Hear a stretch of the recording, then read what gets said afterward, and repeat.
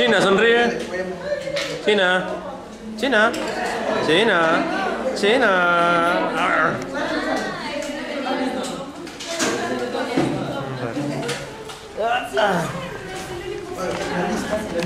Grabando. Oh, ¿qué? Decide.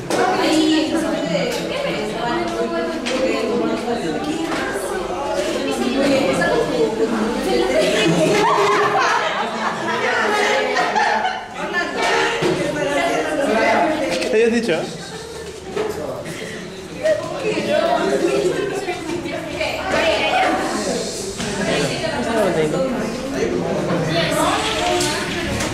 Gracias. Sí, más o menos. San Martín. ¿Está corriendo una lista? Good.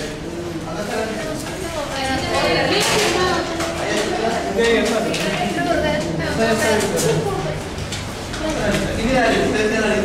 Sí, está pasando. Listo, te vas para atrás. El día viernes, el doctor Mamani dictó HDP y cáncer de próstata, ¿no? Sí. Pero cáncer de próstata fue una especie de breve. Muy breve, muy breve. Muy bien.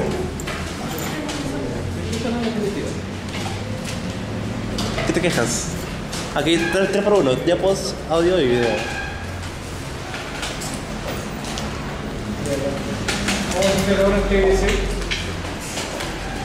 La tuberculosis en realidad todavía reviste un carácter importante epidemiológico, ¿no? Entonces, no podemos soslayar el problema y es importante saber cómo abordar esta instancia en nuestra especialidad, ¿no? Es la segunda localización extrapulmonar en frecuencia, ¿no? La primera es la GT. ¿Cómo era? No, la primera es la, estoy hablando de la extrapulmonar. Sanguinar. No seas mala, recuerdo. No, ¿Ah? a nivel de Sí, bien llevado, mira. Gastro. O de gastro, de ganglios. a nivel de la válvula iliocecal es la segunda más. No, la más frecuente es la digestiva, ¿no? O sea, la extrapulmonar. Bueno, gastro. Y la segunda es la urogenital, ¿no? La incidencia en el Perú va de 144 por cada 100.000, esa es una generalidad del T20, ¿no? Ahora de repente esta cifra ha mejorado, ¿no? Porque esta clase es un poquito, ¿no? Y se dice que el 10 a 14% corresponde a TBC urogenital.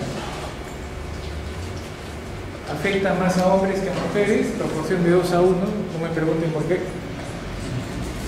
La mayor incidencia es entre los 20 y 40 años, ¿no? Y un dato muy importante en tuberculosis urinaria es que es secundaria a un foco pulmonar primario que no necesariamente esté activa. Es decir, una persona que nunca ha hecho enfermedad clínica, pero que sin embargo tuvo su complejo primario, ¿no? Esa persona pues en un lapso más o menos de 10 años bien puede desarrollar su TBC genitourinario. ¿Ya? Puede tener su origen en TBC intestinal también, ¿no? Y la principal vía de diseminación es hematógeno. Los que primero se van a afectar son los vasos periglomerulares, ¿no? La localización en la próstata puede reconocerse en todo caso por una simple hematógena. Ahora, a nivel del glomérulo se va a ver una congestión que va a coger toda la nefrona y en un momento determinado, lo que es la parte del cáliz, o sea, el fornix va a verse afectado. Entonces eso va a demostrar en un momento determinado la hematuria también en el paciente. El resto de órganos del aparato urinario, y por urinario entiéndase lo que es propiamente urinario hemogenital, se van a afectar tanto por vía canalicular ascendente o descendente, vía linfática o también por extensión directa. Y un dato muy importante a tener en cuenta, ¿no? Como para no asustarse a estos pacientes y decir que no es contagioso.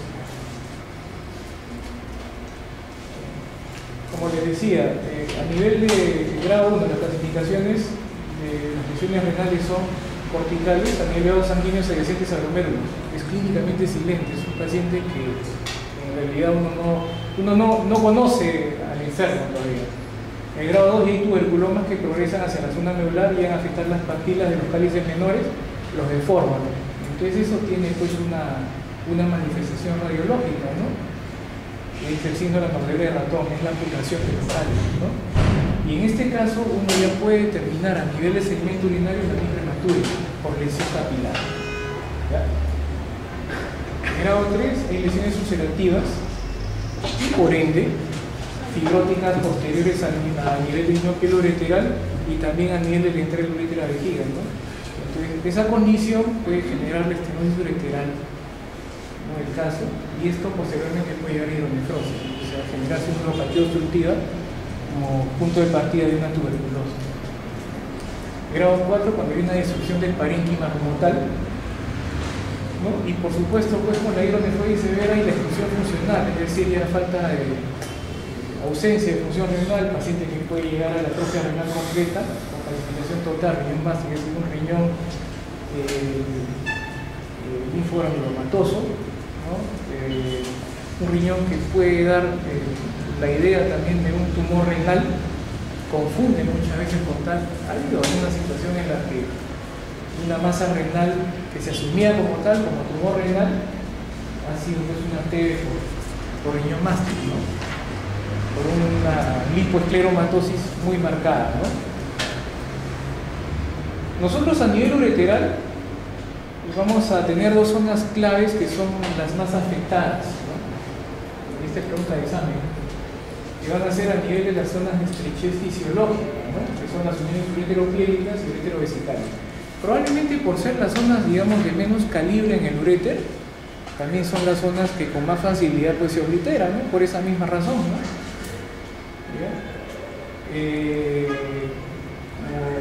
¿Saben? No es inflamación, conlleva pues una fibrosis estenosis, ¿no? Y el problema final, la hidronefrosis. A nivel vesical, la orina con los gérmenes llegan a ese contenedor que es la vejiga, ¿y qué va a pasar? Van a generar granulocitosis ampulosas, o sea, especies de edemas dispersos, que al inicio, obviamente por cercanía, o sea, porque fluye la orina por ahí, alrededor de los nervios ureterales, ¿no? En fases tardías va a comprometer el resto de la vejiga, ¿no? Y va a producir úlceras que pueden ser difusas, que se pueden retraer y en un momento determinado condicionar pues, a una microvejiga, o sea, pérdida prácticamente del tejido muscular como tal, con la consiguiente retracción de la vejiga por tejido fibrótico, por colágeno, ¿no? Y evidentemente eso va a tener una traducción clínica, ¿no? Con síntomas irritativos muy intensos, muy evidentes. Pero estamos hablando ya de condiciones en realidad ya muy complejas, ¿no? O sea, hemos visto pacientes así, no muchos, pero el grueso de pacientes, digamos, no digo que sea un diagnóstico de exclusión, pero que sea un diagnóstico que uno lo tenga en cuenta por otras condiciones, ¿no? Si hablamos de la parte genital, que también se ve afecta, en este caso, de los genitales, próstata, testículos, pene, el epidimo es el órgano más afectado, ¿no? Y la llegada va a ser básicamente por hemática manipular, ¿no? Entonces uno va a palpar un epidimo y lo va a palpar como un rosario, ¿no? Y principalmente dentro de toda la estructura del epidimo, cabeza, cuerpo, cola, la zona donde más se nota eso es en la cola, ¿ya? Ahora, evidentemente que esa condición puede generar un absceso tuberculoso típico, que es el absceso frío, ¿no? La tuberculosis por lo general, aunque la clínica en realidad hay que verla así de manera con mucho cuidado, ¿no? O sea, uno no puede decir esto es así y así es siempre patognomónico, ¿no? Pero por lo general son abscesos fríos que se tienden a fistulizar, ¿no? Esta condición se llama escrófula, ¿no? Entonces hay como una especie de premisa en urología, que todo absceso escrotal fistulizado es TB genital mientras no se muestre lo contrario.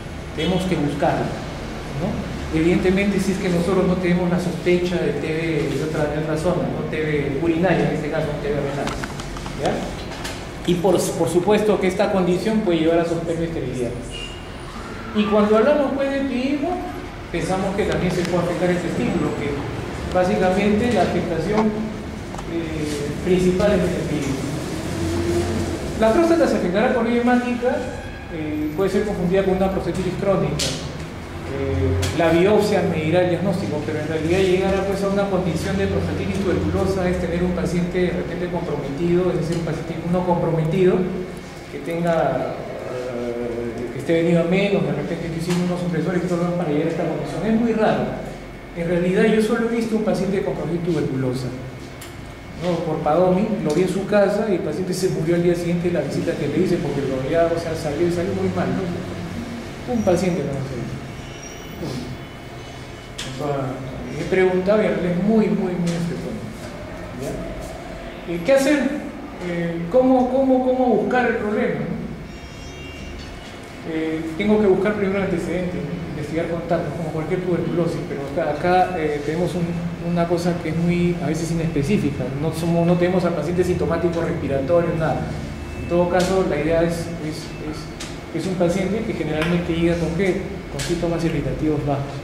Pero incluso llegando con síntomas irritativos ya estamos hablando pues de pacientes que están mal, ¿no? O sea, que tienen pues ya una vejiga deteriorada quizá, ¿no? Entonces, yo creo que debemos agarrarnos de la hematuria. Pero la hematuria pues tiene su algoritmo y de repente la TB, vista así como tal, o sea, es un poquito relegada por problemas que más llaman la atención, ¿no? Oncológicos específicamente, pero acá vienen los antecedentes, ¿no? Pero la hematuria que puede ser de grado variable, ¿no? 10% puede ser una hematuria franca, pero para eso pues, yo tengo que tener unas amputaciones de cálices muy marcadas, ¿no? Y llegar a eso, ¿no? Y el 50% puede ser microscópica. Yo creo que como médicos nos interesa a nosotros ahondar en el 50% para que no se nos escape, ¿no? Ese tipo de pacientes. Ahora, se habla a nivel del segmento urinario de una actividad clásica, ¿no? Ustedes la conocen bien por semiología, la actividad económica, ¿no? Es la piuria séptica, ¿no? Sin embargo, hablar de piuria séptica significa que no puede haber infección urinaria. Sin embargo, se dice que 20% de los casos se asocian con cistitis por E. coli. Eso es claro. ¿A qué va esto?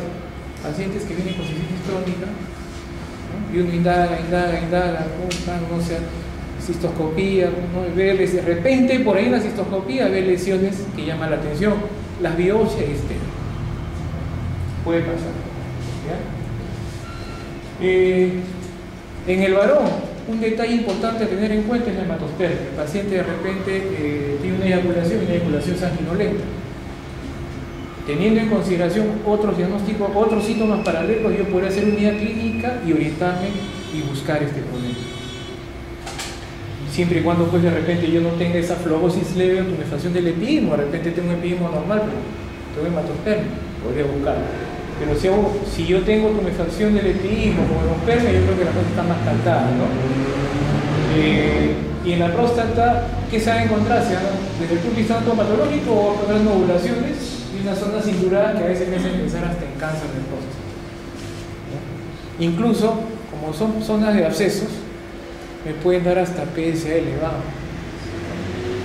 Desde el punto de vista de la sintomatología general, pues estamos hablando acá ya de pacientes con TBC genitourinaria, pues de repente problema extendido, ¿no? Porque en realidad los que hemos visto no necesariamente han llegado en esta condición, son pacientes que han llegado por síntomas muy subentrantes, ¿no? Y uno tiene que hacer tiene que buscar pues su habilidad clínica para encontrar el problema. Tienen astenia, anorexia, lo típico de tuberculosos, ¿no? Baja de peso, ¿no? Y como le digo, la intensidad de los síntomas tampoco determina el avance de la enfermedad, ¿no? Porque yo puedo tener un paciente que, entre comillas, esté limitado en cuanto a su enfermedad y sin embargo venga con una hematuria franca. ¿Por qué? Porque de repente ha habido disrupción de los cálices, de los fornis, y el paciente en un momento determinado hubo la caída de la prostra y presentó un episodio de hematuria franca, ¿no? Y eso no me va a definir la gravedad de la salud. Hablábamos, ¿no? La historia clínica, la evaluación por el examen físico, los genitales no pasarlos desapercibidos, peleta rosarial, fibro grosado, principal de cola, y los exámenes que se hacen a nivel de percusión lumbar y puntos retrolaterales que pueden ser negativos, ¿no? Porque no tenemos, mientras no tengamos una obstrucción aguda no va a haber pues, evidencia de dolor. Tacto rectal, si es que yo estoy asumiendo que tengo una tuberculosa, podría encontrar irregularidades, acumulaciones, ¿no? Y una consistencia fibrótica, ¿no? Ahora, hablar de hidronefrosis importante con palpación de masas abdominales, yo creo que debemos tener un paciente demasiado, un paciente muy vecinométrico. Laboratorio, como le dije, la traigo lo mismo. Hay que tenerlo en cuenta, pero no dejar de pensar en las citus crónicas que vienen con E. coli. O sea, no dejar de pensar en esos pacientes en los que yo solo, o sea, digo, no, esto es bacteriuria, ¿no? 20% pacientes cursan pueden cursar con esto el cabalí que no se usa, el PPE, bueno, cistoscopía. La cistoscopía es importante. ¿Por qué? Si hablamos del otro 80% de pacientes que vienen en realidad pues con la arteriuria séptica, este paciente, digo, viene con molestias irritativas muy marcadas, yo procedo a la cistoscopía. ¿Y qué voy a encontrar? Voy a encontrar lesiones vesicales a nivel del meato, ¿no? Pues petequias, ¿no? Se llama signo de picadura de pulga. Y después encontrar hasta lesiones ulcerosas. Aunque, si hago unidad clínica, las lesiones ulcerosas me pueden decir que ese paciente ya viene con hematuria también. ¿Y qué procedo a hacer? Procedo a biopsiar esas lesiones de mucosa vesical. ¿Y qué me tiene que dar una lesión tuberculosa? Usted lo sabe mejor que yo. Un granuloma. ¿Y granuloma qué encuentro? Células de Lanza. Entonces es como en cualquier tema. Radiológicamente, aunque últimamente la orografía excretora se está dejando de lado, digamos, teniendo en cuenta que una tomografía es bastante más clara y precisa, pero lo bueno de esto es de que yo todavía con la orografía puedo definir bien claro ciertos detalles como estos de la cinta de moldura de cartón, o sea, a nivel de los formas, ¿no? Voy a encontrar, por ejemplo, hidronefrosis, encontraré exclusión renal porque la prueba de hidrografía excretoria es una prueba funcional. ¿Por qué? Porque estoy inyectando un contraste. Entonces hará un filtrado, dejará el filtrado y veré si hay exclusión o no. Voy a encontrar lo que mencioné, las estrellas ureterales, de repente uréteres rígidos, porque uno cuando hace un urograma excretor tiene que encontrar propulsión. La propulsión, ¿qué me va a decir? Que el uréter no está pintado en toda su extensión, o sea, hay zonas que estarán pintadas y otras que no, porque hay peristalsis, ¿no? Entonces uno va a encontrar un tubo rígido, ¿no? Va a encontrar una microvejía, poca capacidad vesical, ¿no? Desde el punto de vista de la pilografía ascendente yo también puedo encontrar lo mismo, ¿no? Simplemente que de repente yo la hago porque la condición, digamos, del paciente no me lo permite. ¿En qué caso? Por ejemplo, pacientes con uremia, pero que yo tengo obstrucción, digo, quiero determinar hasta qué punto hay una condición anormal de los uréteres y paso un catéter y hago la pilografía ascendente, por la cual solo le instilo el contraste a nivel de la zona hueca de la parte urinaria, no estoy metiendo en sangre, ¿ya? Y obviamente la gamografía en el ánimo de ¿qué? De encontrar función renal que me va a justificar una posibilidad de nefrectomía si fuera necesario, ¿no? Diagnóstico diferencial de una T hidrogenital, la cistitis crónica, como se dice. Las epidemitis crónicas inespecíficas también, que pueden ser por ureaplasma, por clamidia, por pneumonia. El cáncer testicular en pacientes con epidemitis. La cistitis intersticial, aunque la cistitis intersticial es un diagnóstico de exclusión, básicamente, es un diagnóstico que se da en una condición, digamos, en la que la paciente revela dolor y se descarta una posibilidad bacteriológica por medio. Y en la cistoscopía yo voy a encontrar unas lesiones típicas llamadas úlceras de Hanna, ¿no? Son bastante curiosos. En la nefrocalcinosis, ¿por qué? Porque esas calcificaciones ya de los glomérulos propiamente, en este caso por trastornos metabólicos, me pueden dar esa confusión con las calcificaciones que se generan en los tuberculomas, ¿no? La esponjosis medular renal igual, la epidemitis gonocócica es más raro, pero que hay. Las pielonefritis crónicas por E. coli, por presencia de calcio. Y las atrofias hidronefróticas por otro origen, ¿no? En este caso, de repente, por exclusiones renales, por fibrosis retroperitoneal. El tratamiento de la T hidrogenital no es en cuanto a esto, es el mismo en cuanto a la TB pulmonar, pero se extiende más allá. No va a los 6 meses, va hasta el año. Incluso era 2 años, ¿no? Igual, el mismo esquema, ¿no? Acá vamos a La cirugía, bueno, acá entramos ya los urólogos de calidad, que se va a resolver solo para mejorar la condición secuelar, ¿no? Sin embargo, acá un dato es muy importante a tener en cuenta, y esto es pregunta, que debe realizarse luego de haber recibido como mínimo un mes de tratamiento médico y de negativizar por lo menos el cultivo de beca en orina. ¿Por qué? Porque una de las complicaciones más frecuentes en cirugía urinaria en caso de tuberculosis es la fístula. Y la fístula es algo que es muy incómodo manejar, más aún cuando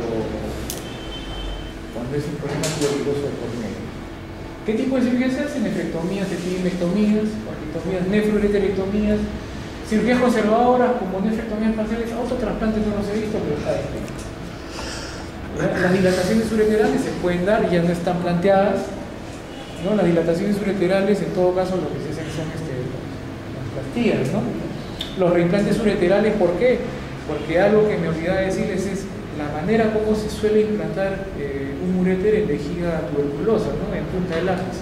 Es un hallazgo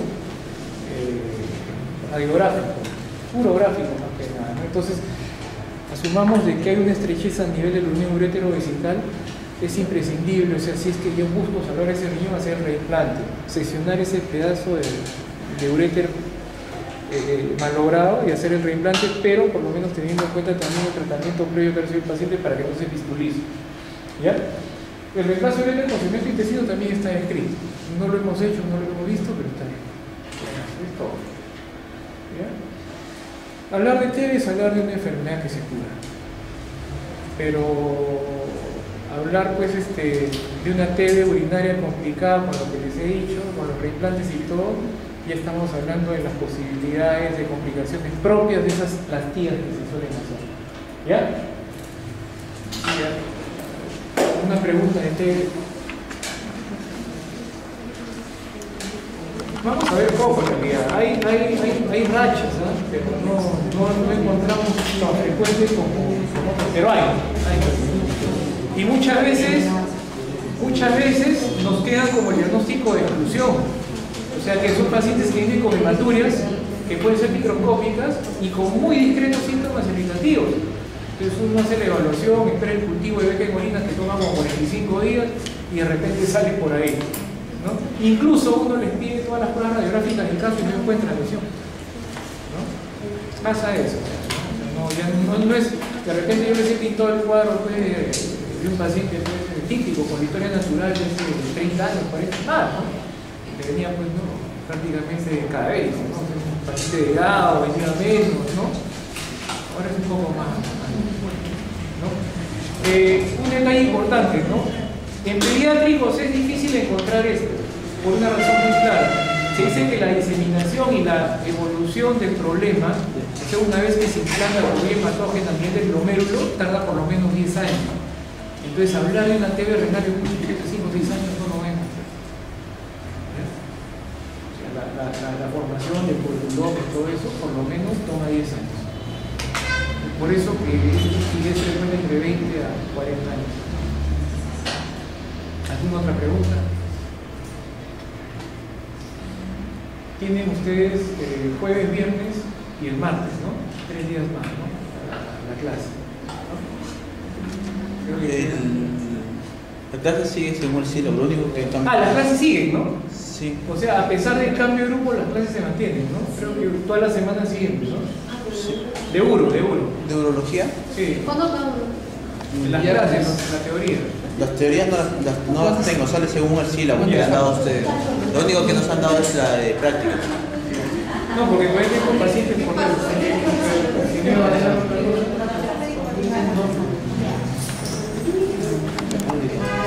Bueno. ¿Algún mensaje, Orlando? ¿Algún mensaje? A la nación.